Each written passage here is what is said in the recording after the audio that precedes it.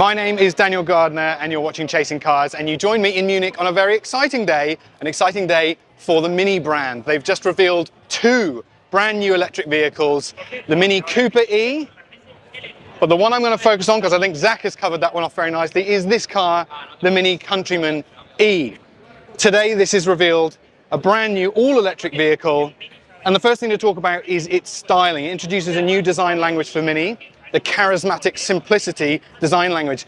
This design language is featuring in both cars, but it'll carry over to all Mini products in the near future, including their electrified lineup, which will be completely electrified by 2030. Mini says that by 2025, it'll be 50% of their volume. So these cars are deeply significant. The Countryman, though, it launches today in two different variants. There's the Countryman E and the Countryman SE. The former has 150 kilowatts and a single electric motor, whereas the SE is all-wheel drive, or all-four as Mini calls it, and that has 230 kilowatts and all-wheel drive thanks to two electric motors.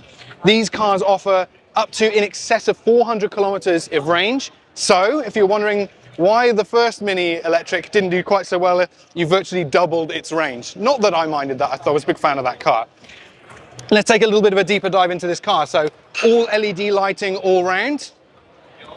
And Mini offers three different light signatures with that LED lighting for a welcome signature, and also a greeting, and also a farewell.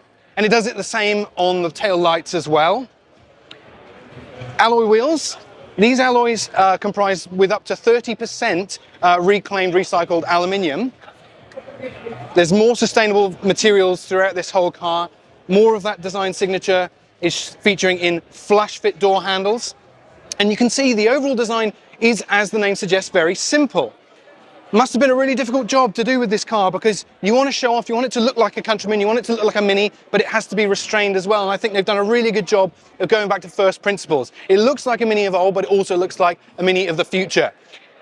Big fan, not just because of my accent, of the Union Jack tail light design, but as I say, there's three different versions of that pattern available, depending on how you're feeling, so you can customize the look of your vehicle with three different light signatures. Inside there is loads to talk about as well. The materials are absolutely beautiful, sustainable, completely vegan interior. This looks like leather, but it isn't. And this wonderful knitted material on the dash and door trims is all sustainable and absolutely lovely from a tactile perspective as well.